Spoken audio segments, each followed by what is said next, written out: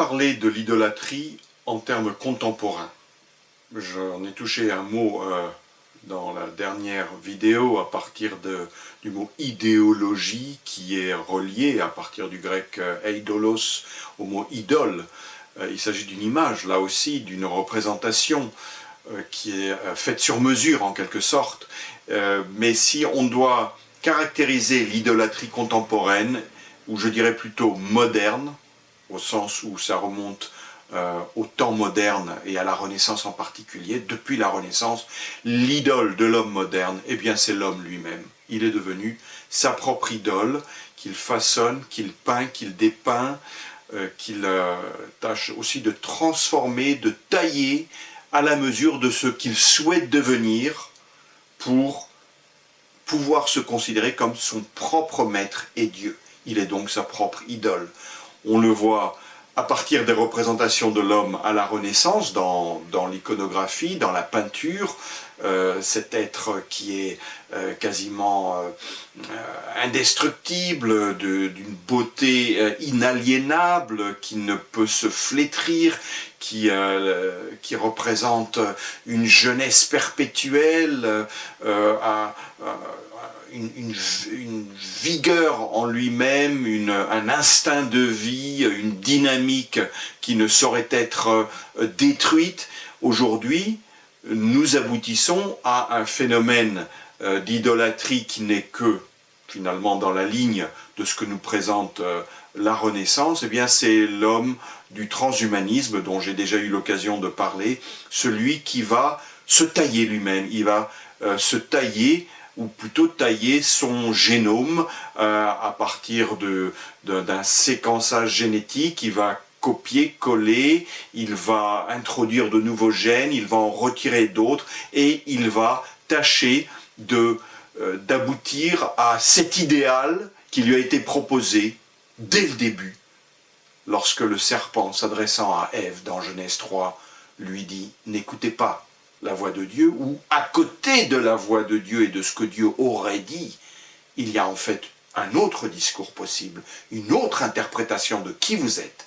Et si vous écoutez cette interprétation que moi je vous donne, eh bien vous serez comme des dieux. Donc l'idéal de l'homme moderne, c'est de devenir son propre Dieu. C'est un idéal évidemment qui plonge ses racines, encore une fois, très loin, dès le commencement de l'humanité, à partir de cette tentation première, mais c'est un idéal qui maîtrise aujourd'hui un certain nombre d'outils technologiques pour effectivement apporter une réponse concrète, physique, matérielle à ce rêve, à ce fantasme de devenir comme Dieu.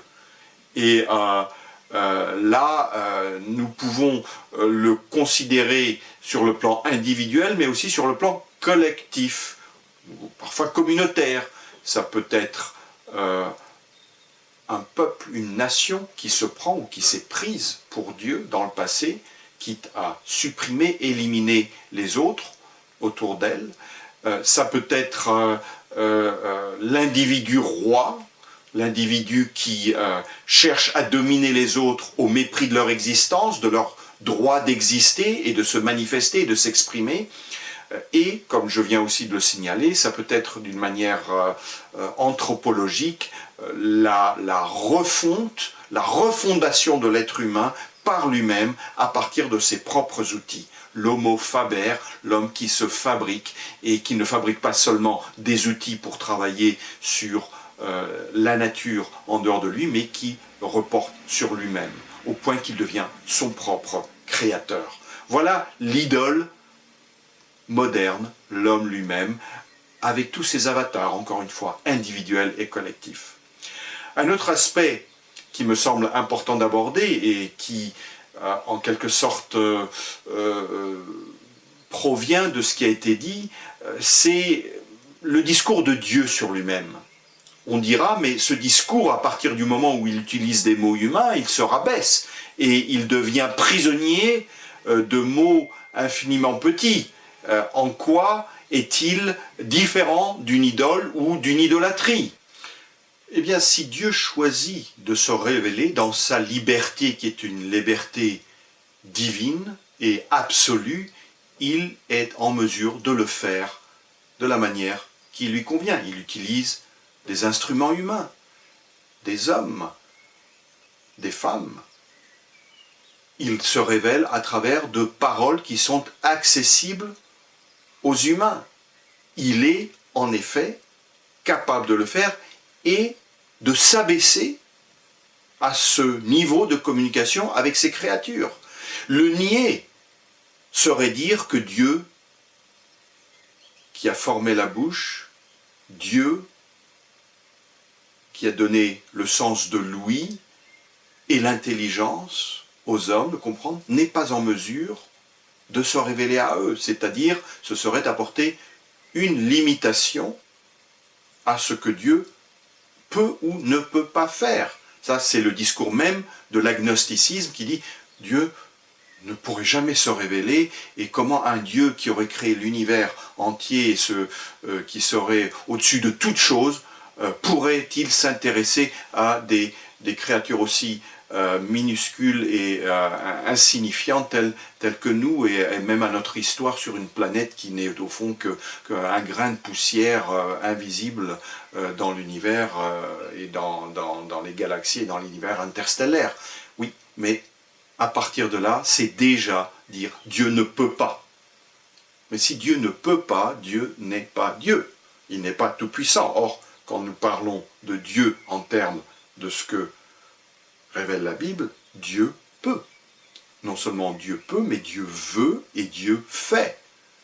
Un psaume particulier dans l'Ancien Testament, c'est le psaume 94, nous donne un discours qui est à la fois aussi polémique que celui qu'on a lu dans le psaume 115 à propos des idoles. C'est en quelque sorte la contrepartie où Dieu effectivement se montre en mesure de communiquer, non pas parce qu'il se présente sous forme de statue ou de pierre, mais parce que dans sa volonté libre, il le fait, et il le fait avec les moyens qui sont les siens, des moyens proprement divins. Je vous lis un extrait du psaume 94, encore une fois, sarcastique et polémique, comme le psaume 115 qu'on a lu ensemble la dernière fois. « Faites attention, stupides gens. Insensés, quand aurez-vous du bon sens? Celui qui a planté l'oreille, n'entendrait-il pas? Celui qui a formé l'œil, ne regarderait-il pas? Celui qui corrige les nations, ne réprimanderait-il pas? Lui qui enseigne la connaissance aux humains? L'Éternel connaît les pensées des humains, elles sont vaines. » Là, nous faisons le lien entre ce qui a été dit et ce qu'on vient de lire, à savoir que l'inanité des pensées humaines, c'est celle justement qui ont trait à l'idolâtrie, à la volonté de se prendre soi-même pour Dieu et de ne pas se mettre à l'écoute de celui qui se révèle comme Dieu et se révèle de manière fiable. Voilà en quoi l'homme ou les hommes sont des êtres insensés, dont Dieu connaît les pensées qui sont, nous dit le psaume, tout à fait vaines. Voilà donc en quoi l'idée de l'idolâtrie doit être non seulement rapportée à ce que les formes d'idolâtrie dans l'Antiquité du Proche et du Moyen-Orient, ou l'Antiquité gréco-romaine, ou ailleurs, nous montrent, nous apportent, mais elle doit être rapportée à ce que aujourd'hui, ou dans ces temps que nous appelons contemporains, ou même modernes, pour étendre un petit peu cette période sur quelques siècles, cette forme d'idolâtrie moderne qui n'est pas différente en essence de celle qui caractérisait l'Antiquité.